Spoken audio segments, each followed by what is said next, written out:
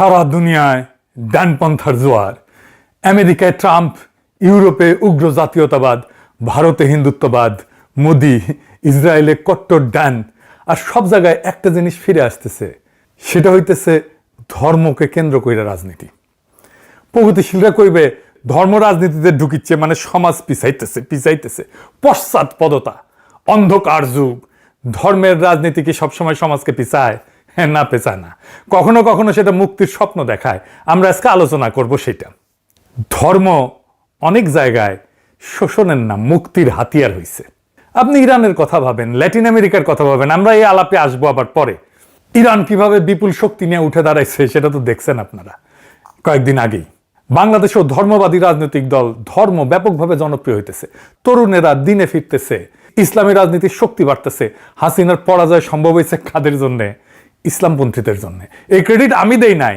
হাসিনা পলানোর আগে শেখ রেহানা দরজার ব্যাপারে ফোন দিছিল, ফোন দিয়া কইছিল ভাই সাহেব পলান। কাদের ভয় পালাইছে তারা? হাসিনা। তার মুখে শোনেন, শেখ রেহানার মুখে শোনেন। এডিটর সাহেব শোনান। এক সেকেন্ডও দেরি করেন না, কারণ শম্পার বাসায় গেছে, ফটো তুলছে এবং চারিদিকে মানে সাদা ঝোপা পড়া দাঁড়িয়ালা, এই আর কি। তো ইউ শুড লিভ, মানে যত তাড়াতাড়ি সম্ভব। আর আমি কনভিন্স করতেছি যে মানে যা যা আসে ওইটা করবো আর কি। এখানে একদম থাকা সেফ না। তাহলে ও কি বলবে? মার্শাল ল ডিক্লেয়ার করতেছে না সে? ওইগুলো এখন কাম দিয়েন না। You should leave immediately. Okay, শুনেছেন? মাথায় রেখেন, এটাই বাঙ্গু সেকুলারদের মাথা ব্যথা। প্রশ্ন হইতেছে দুনিয়া জুড়ে কেন এমন হইতেছে, বাংলাদেশেও কেন হইতেছে? আর পরের প্রশ্ন, সবচেয়ে জরুরি প্রশ্ন, বাংলাদেশের ধর্মবাদী দলগুলো কি সমাজের একটা প্রগতিশীল মুক্তিদায়ী রূপান্তর ঘটাইতে পারবে, নাকি সমাজকে পেছায় দেবে? এই জায়গায় এসে বাংলাদেশের প্রধান দ্বন্দ্ব থমকায় দাঁড়াইছে। প্রধান দ্বন্দ্বের কথা মনে আছে? হ্যাঁ, মেলাবার আলাপ করছি গেলে, না থাকলে আবারও বলি, এটা ভালোভাবে না বুঝলে রাজনীতি কোন দিকে আগাইতেছে বুঝতে পারবো না আমরা। আসেন প্রধান দ্বন্দ্বটা বুঝে দেখি। একটা সমাজে নানা রকম দ্বন্দ্ব থাকে। একটা নদীতে যেমন নানা ধরনের স্রোত থাকে, একটা না অনেকগুলো স্রোত থাকে, ছোট বড় মাঝারি। তেমন সমাজও থাকে। যেমন আমাদের দেশে ধনী গরিবের একটা দ্বন্দ্ব আছে না, সেকুলার আর ধর্মবাদীদের একটা দ্বন্দ্ব আছে না, ইংরেজি জানাদের সাথে বাংলা মিডিয়ামের একটা দ্বন্দ্ব আছে না, শহর আর গ্রামের একটা দ্বন্দ্ব আছে না। হ্যাঁ, শহরের লোকেরা তো গ্রামের লোকদের তাচ্ছিল্য করে খ্যাত বলে না। তো এরকম অসংখ্য দ্বন্দ্ব পাবেন দেশে, কিন্তু এর মধ্যে একটা প্রধান দ্বন্দ্ব থাকে, সবচেয়ে বড় দ্বন্দ্ব। সেটা খুঁজে বের করতে হয় রাজনৈতিক কর্মীদেরকে, কোনটা প্রধান দ্বন্দ্ব। আপনি ইতিহাসে তাকান, দেখবেন যে ব্রিটিশ আমলে প্রধান দ্বন্দ্ব কি ছিল? ব্রিটিশদের সাথে আমাদের দ্বন্দ্ব না? হ্যাঁ, না, প্রধান দ্বন্দ্ব ছিল জমিদার আর প্রজার। অসংখ্য কৃষক বিদ্রোহ হয়েছে, এর ফলশ্রুতিতে পাকিস্তানের জন্ম হয়েছে। পাকিস্তান আমলে দ্বন্দ্ব ছিল বাঙালি অবাঙালিদের।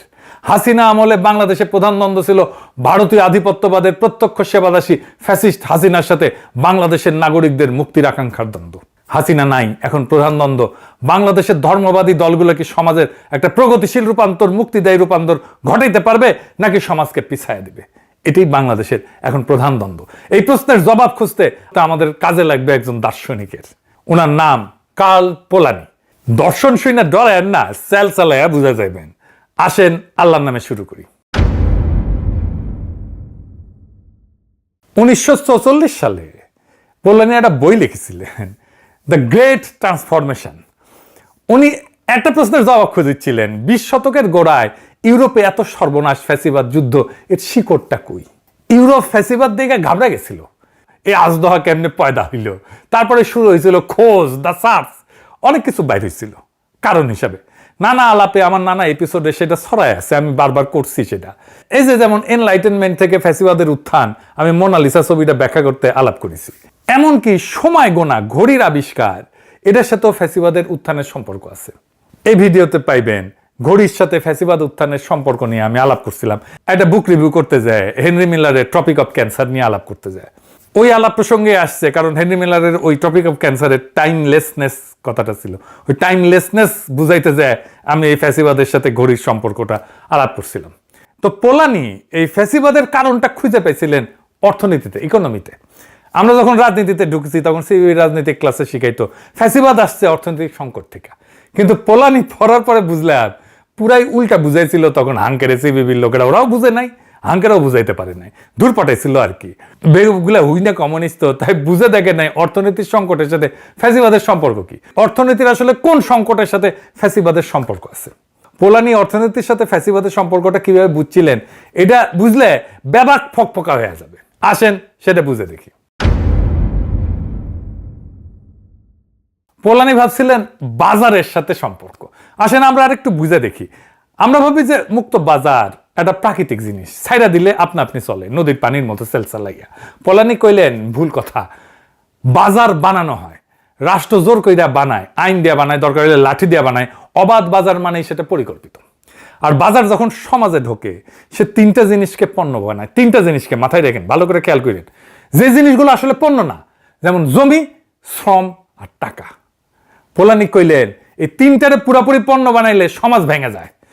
কেন জমি, শ্রম আর টাকা পণ্য না, আর কেন এগুলোকে পণ্য বানাইলে সমাজ ভাঙে? আসেন বুঝে দেখি। এখানে আবার ইসলামের সাথেও সম্পর্ক পাবেন খুঁজে। পণ্য জিনিসটা আসলে কি? ধরেন চেয়ার। এই চেয়ার বানানোই হয় বিক্রির জন্য, তাই না? কারখানায় কাঠ কাটা হয়, জোড়া দেওয়া হয়, দোকানে ওঠে, কেউ কিনে নিয়ে যায়। এটা আসল পণ্য, মানে যার জন্ম বাজারের জন্য, বেচার জন্য। পোলানি কইলেন বাজার এমন তিনটা জিনিসকে পণ্য বানায় যেগুলো আসলে বিক্রির জন্য জন্মায় নাই। যেমন জমি, শ্রম, টাকা। এদের তিনি নাম দিয়েছিলেন কাল্পনিক পণ্য, মানে বাজার এদের পণ্যের মতো ব্যবহার করে, কিন্তু এরা আসলে পণ্য না। আর এখানে সর্বনাশের বীজ এক এক কইরা দেখি। ধরেন জমি, এটা তো প্রকৃতি, আল্লাহর দান, কারখানার মাল তো না। চেয়ার কারখানায় বানানো যায়, জমি বানানো যায় চায় না। তো জমি হইল প্রকৃতি, মাটি, নদী, বন, বাতাস কোটি বছর ধরে আছে। মানুষ এটার উপরে জন্মায়, বাঁচে, মরে, কবরে যায়। আমাদের কবর হয় ওই মাটিতেই। এই জমিটারে যখন সেফ একটা প্লট, একটা দাম, একটা বিক্রয়যোগ্য মাল বানায় ফেলা হয়, তখন কি হয়? একটা গ্রাম ভাবেন, 14 ধরে মানুষ ওই মাটিতে চাষ করতেছে। হঠাৎ কোম্পানি এসে বেশি দাম দিয়ে জমি কিনলো, রিসোর্ট বানাইবে। কৃষক টাকা পেইল ঠিকই, কিন্তু সে যাবে কই? চাষ ছাড়া তো সে আর কিছু জানে না, কৃষি ছাড়া তো কিছু জানে না। শহরের বস্তিতে গিয়ে দিন মজুর হইলো, তার ছেলে মেয়ে স্কুল ছাড়লো। যে জমিতে গ্রামের সবাই মাছ ধরতো সেটা কারখানার বর্জ্য এসে পড়লো, সেটা মরলো। মাটি বিক্রি হইলো, কিন্তু মাটির সাথে বিক্রি হয়ে গেল একটা গোটা জীবনযাপন পদ্ধতি, একটা সম্প্রদায়, একটা প্রকৃতি। এইটা শেয়ার বিক্রির মতো না। শেয়ার হারাইলে আর একটা কেনা যায়। জমির সাথে বাঁধা জীবনটা একবার ভাঙলে সেটা আর জোড়া লাগে না। শ্রম, এটাও তো একটা মানুষের জীবন, আলাদা কোনো বস্তু না তো। শ্রম শুনতে মনে হয় একটা জিনিস যেটা কেনা বেচা যায়, কিন্তু শ্রম আসলে কি? শ্রম মানে একজন মানুষের সময়, তার শরীর, তার ঘাম, তার জীবনের ঘন্টাগুলা, তার স্বপ্নগুলা, তার বাইসে থাকা। শ্রমকে মানুষ থেকে আলাদা করা যায় না তো, কারণ শ্রম মানে মানুষটা নিজে। এখন যে বাজার শ্রমকে সেফ একটা খরচা ভাবে, একটা পণ্য ভাবে, যত এটার দাম কম হবে তত ভালো। তখন কি হয়?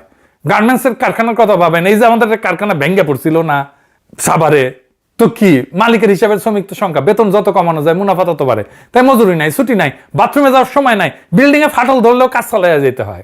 শ্রমিক অসুস্থ হলে বদলাই ফেলবে, লাইনার একজন দাঁড়ানো আছে, কিন্তু ওই শ্রমিক তো একটা সংখ্যা না, একটা মানুষ, তার মা আছে, সন্তান আছে, পরিবার আছে, স্বপ্ন আছে, একটা শরীর আছে।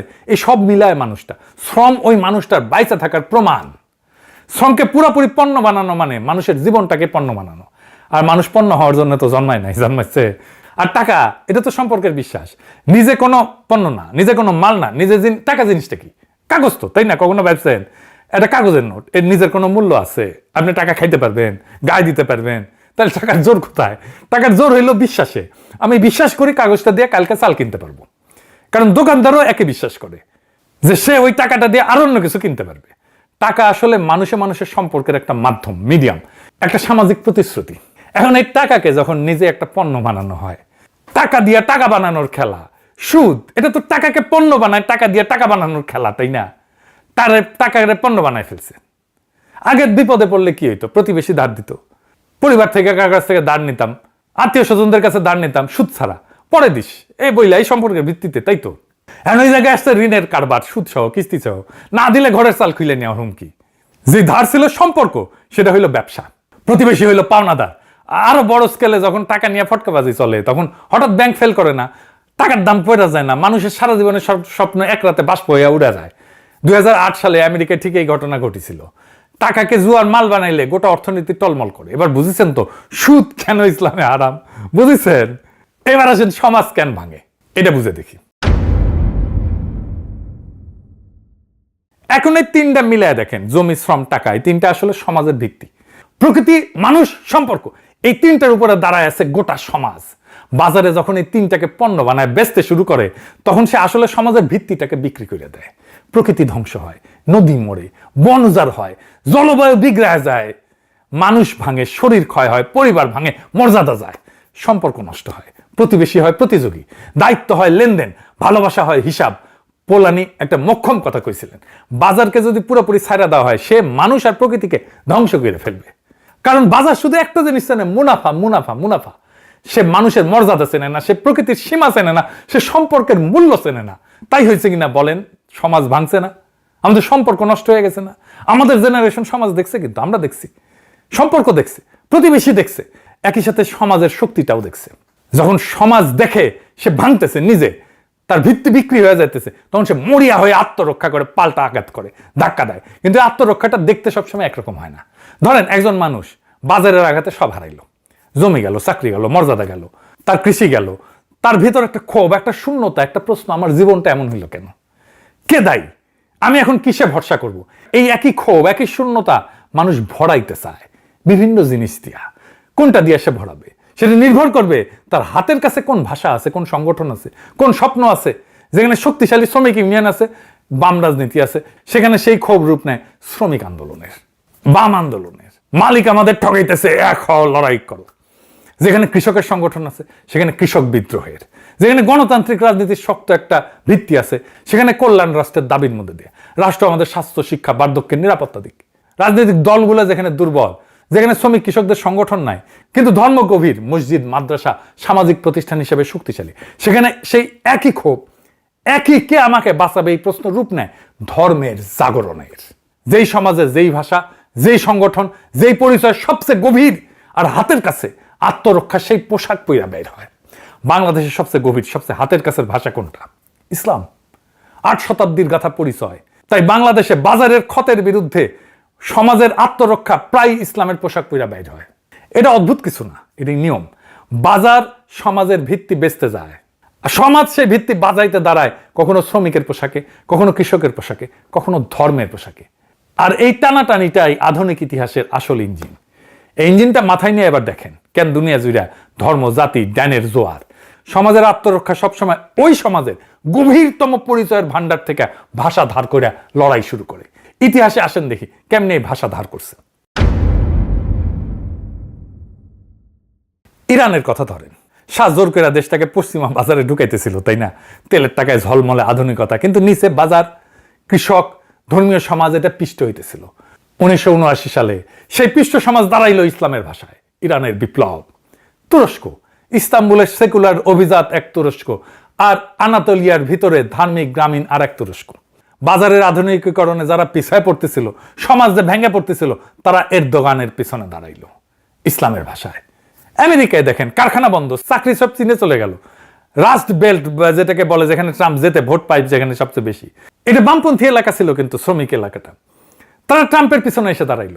পরিত্যক্ত সাদা চামড়ার শ্রমিক আত্মরক্ষা খুঁজলো খ্রিস্টান ডান আর ট্রাম্পবাদের ভাষায়। ইউরোপ বিশ্বায়নের আঘাতে যারা হারলো, তারা দাঁড়াইলো জাতি, রক্ত, মাটির ভাষায়। লোপেন তার মূল সাপোর্ট বেস তো মূলত দরিদ্র বামপন্থী এলাকা। দুনিয়া এত উদাহরণের মধ্যে ইন্ডিয়ারটা আবার সবচেয়ে কাছে। ইন্ডিয়া দেখায় বাজারের বিরুদ্ধে সমাজের আত্মরক্ষায় অন্ধকার যখন মুখ বাসে, তখন ঠিক কি ঘটে। গল্পটা শুরু থেকে দেখি। ইন্ডিয়ার মোদির উত্থানটা বুঝতে পারবেন। মোদির উত্থানটা কেন হয়েছে? ইকোনমিক্সের ভাষায়। 1991 ভারতের অর্থনীতিতে একটা মহারূপান্তর ঘটে। সেই বছর ভারত দেউলিয়া হওয়ার দোরগোড়ায় ছিল। ফরেন রিজার্ভ প্রায় শূন্য ভান্ডার।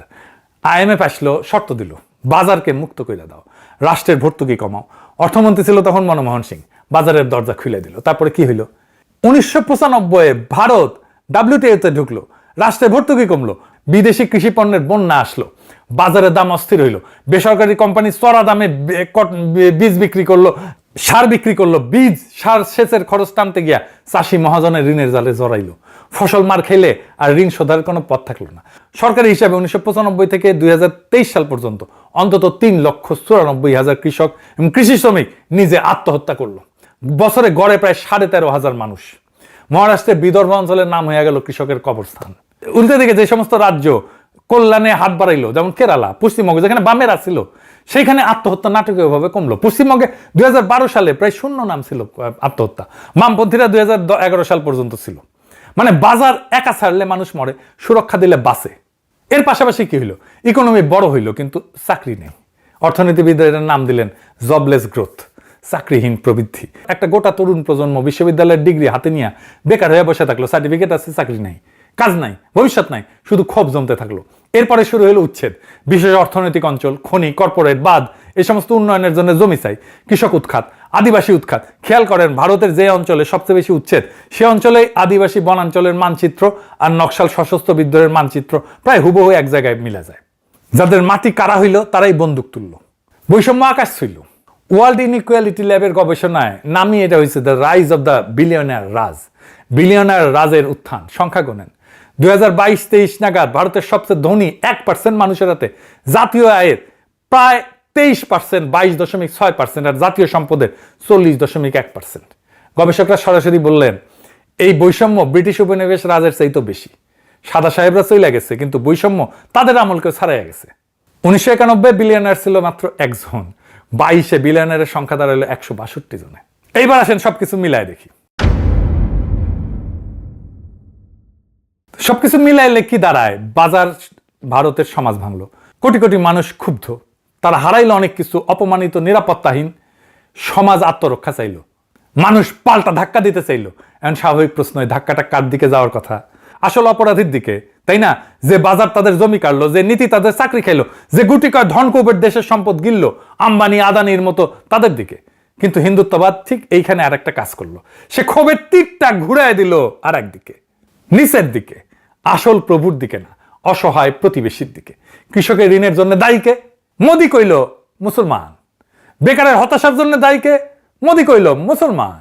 তোমার জীবনটা এমন হইলো কেন? কারণ ওই বিদেশি অনুপ্রবেশকারী, ওই যে মোগলের আসি ছিল, তারাই তোমার দুর্দশার জন্য দায়ী। গরিবের জমা রাগটা সংখ্যালঘুর ঘাড়ে চাপায়া দেওয়া হইল, আর তার আসল প্রভু বাজার আর ধনকুবের নিরাপদে পার পেয়ে গেল। আমি অনুমান করে কইতেছি না, স্ট্যাটিস্টিক্সে আছে। ওই একই গবেষণায় দেখা যায় যে 2014 থেকে 2023, মানে হিন্দুত্ব যখন সবচেয়ে শক্তিশালী হইল, ঠিক সেই কালে সম্পদের কেন্দ্রীভবন সেন্ট্রালাইজড হইল সবচেয়ে তীব্র। মানুষের নজরে যখন সংখ্যালঘুর দিকে ঘোরানো ছিল, তখন উপরের ধনীরা আরো ধনী হইল। বাজারের ক্ষতের বিরুদ্ধে সমাজ দাঁড়াইলো ঠিকই, কিন্তু সেই দাঁড়ানো মুক্তি আনলো না, নতুন শিকল পড়াইল। 1930 সালে ইউরোপে ফ্যাসিবাদ যা ছিল, 21 শতকের ভারতে হিন্দুত্ববাদ তাই হইল। আবার দেখেন ল্যাটিন আমেরিকা, ল্যাটিন আমেরিকা ঠিক একই বাজারি শোষণ, কিন্তু এইখানে আত্মরক্ষা দাঁড়াইল ক্যাথলিক লিবারেশন থিওলজির ভাষায়, গরিবের পক্ষে, স্বৈরশাসক আর পুঁজির বিরুদ্ধে। বলিভিয়ায় খনি আর পানি বেসরকারীকরণের বিরুদ্ধে আদিবাসীরা দাঁড়াইল পাসা মামা ধারিত্রী মাতার ভাষায়। এখন আমার ক্ষুদ্র ভ্রাতা আর ভগিনীরা কবে পাসা মামা আবার কি দাদা, আর আমার এডিটর কবে এপিসোড ছোট করেন দাদা। হ্যাঁ, অনেক কমেন্টে বলেন এপিসোড ছোট করেন, কেমনে করবো বলেন, অনেক কিছু কইতে হয়তো। আসেন দেখি পাসা মামা কি। পাসা মামা হইল আন্দিজ পর্বত অঞ্চলের আদিবাসীদের কেচুয়া আর আইমারা জনগোষ্ঠীর একটা প্রাচীন দেবীর ধারণা। বলিভিয়া, পেরু, ইকুয়েডরের পাহাড়ি আদিবাসীরা হাজার হাজার বছর ধরে এই বিশ্বাস বহন করতেছে। এই শব্দটার মানে মোটামুটি ধরিত্রী মাতা বা বিশ্ব জননী, মাটি, প্রকৃতি, ফসল, পাহাড়, পানি সবকিছুর জননী। এইটা ঠিক আমরা আমাদের প্রকৃতি ধারণার মতো না। পাসা মামা নিছক জড় প্রকৃতি না, সে একজন জীবন্ত সত্তা, যার সাথে মানুষের সম্পর্ক পারস্পরিক লেনা দেনার। মানুষ মাটি থেকে নেয়, তাই মাটিকে ফেরাইয়া দিতে হয় শ্রদ্ধা, যত্ন, ভারসাম্য। প্রকৃতি এইখানে মালিকানার বস্তু না, সম্পর্কের সঙ্গী। পোলানি সেই কাল্পনিক পণ্য, মনে আছে না, জমি মানে প্রকৃতি। পোলানি কইছিলেন জমি আসলে পণ্য না, কিন্তু বাজার তারে পণ্য বানায়। বলিভিয়ায় ঠিক এইটাই ঘটলো, বহুজাতিক কোম্পানি আসলো খনি খুঁজতে, গ্যাস তুলতে, এমনকি পানি পর্যন্ত প্রাইভেটাইজেশন করতে, বেসরকারীকরণ করতে। প্রকৃতিকে, মাটিকে, পানিকে সেফ মুনাফার কাঁচামাল বানানো হইলো। আর এর বিরুদ্ধে আদিবাসীরা যখন দাঁড়াইলো, তারা কোন ভাষায় দাঁড়াইলো? তারা তো শ্রমিক ইউনিয়ন বা পরিবেশবাদী এনজিওর পশ্চিমা ভাষায় দাঁড়াইলো না, তারা দাঁড়াইলো নিজেদের গভীরতম পরিচয়ের ভাষায়। তোমরা পাসা মামাকে বিক্রি করতে পারো না, ধরিত্রী মাতা পণ্য না। 2000 সালে বলিভিয়ার কোচাবাম্বা শহরে পানি সরবরাহ একটা বিদেশি কোম্পানি হাতে তুলে দিছিল, প্রাইভেটাইজ করছিল। পানির দাম আকাশে উঠলো, গরিব মানুষ বৃষ্টির পানিও ধরে রাখতে পারতো না, নিষিদ্ধ ছিল। সাধারণ মানুষ, আদিবাসী কৃষক রাস্তায় নামলো, বিদ্রোহ করলো। শেষে সরকার পিছু উঠতে বাধ্য হইল, বেসরকারীকরণ বাতিল হইল। এইটা দুনিয়া জুড়ে বাজার বিরোধী আন্দোলনের একটা আইকনিক ঘটনা হয়ে থাকলো। এই আন্দোলনের নেতাই ছিল এভো মোরালেস। এরপরে সে বলিভিয়ার প্রথম আদিবাসী প্রেসিডেন্ট হইল। এমনকি 2009 সালে বলিভিয়ার নতুন সংবিধানে পাসামামার প্রকৃতির অধিকার আইনি স্বীকৃতি পাইল। প্রকৃতিকে আইনগত অধিকার আলা সত্তা হিসেবে গণ্য করা হয়েছে। দুনিয়ায় বিরল, আর কোথাও হয় নাই। কত প্রগতিশীল দেখেন। তাহলে প্যাটার্নটা কিভাবে মেলে দেখেন। ইঞ্জিনে কি বাজার প্রকৃতিকে পণ্য বানাইতে চাইলো, আর আত্মরক্ষা দাঁড়াইলো সেই সমাজের গভীরতম পরিচয়ের ভাষায়। বাংলাদেশে যেমন ইসলাম, বলিভিয়ায় তেমনি পাসামামা আদিবাসী ঐতিহ্য। বাজারের আঘাত, কিন্তু ভাষা আলাদা। যেই সমাজে যেই পরিচয় সবচেয়ে গভীর, সবচেয়ে হাতের কাছে, সেটা ধইরা লড়াইটা দাঁড়ায়। ইরানে ইসলাম, ভারতে হিন্দুত্ব, আমেরিকায় খ্রিস্টান পরিচয়, ল্যাটিন আমেরিকায় ক্যাথলিক পরিচয়, বলিভিয়ায় আদিবাসী ঐতিহ্য। তাহলে বাংলাদেশে কোন ভাষা? অবশ্যই ইসলাম। 8 শতাব্দীর গাথা পরিচয়, যে ভাষায় তিতুমির জমিদার বাজারের বিরুদ্ধে বাঁশের কেল্লা করছিল, ফারাইজিরা কৃষকের পক্ষে দাঁড়াইছিল, সেই একই ভাষা আজকে ফিরে আসতেছে। মানে বাংলাদেশে ইসলামী জাগরণ কোনো বিচ্ছিন্ন ঘটনা না, ধর্মান্ধতাও না, সৌদি টাকার ষড়যন্ত্র না। এটা একটা বৈশ্বিক নিয়মের অংশ, একটা ভাঙা সমাজের ন্যায্য আর্তনাদ, যেটা তার নিজের গভীরতম ভাষা ইসলাম সেইটা খুঁজে পেয়েছে। এইটারে ঠেকাইতে পারবে না বাঙ্গু সেকুলারেরা। এইটা ইতিহাসের অনিবার্য গতিপথ। কিন্তু বাংলাদেশের ইসলামী শক্তি কোন অভিমুখে বাজার বিরোধী লড়াই নিয়ে যাবে সেটা এখনো পরিষ্কার না। যদি ল্যাটিন আমেরিকার মতো মুক্তির পথে যায় তাহলে স্বাগতম, আর ইন্ডিয়ার মতো যদি অন্ধকারের পথে যায় তাহলে আমাদের দুর্ভাগ্য। কিন্তু যেই রাস্তাতেই যাক, বাঙ্গু এলিটদের সেকুলার লিবারাল রাজনীতির আয়ু আর বেশি দিন নাই। আমাদের কাজ হইতেছে আমাদের আজকের আগামীর লড়াইটাকে মুক্তির পথে চালিত করা, এই পথে অগ্রসর করা। এছাড়া আমাদের কোনো উপায় নাই। সেই পথেই অগ্রসর করাইতে হবে, কারণ ওই পথেই আমাদের আজাদি। ইনকিলাব জিন্দাবাদ, আজাদি জিন্দাবাদ।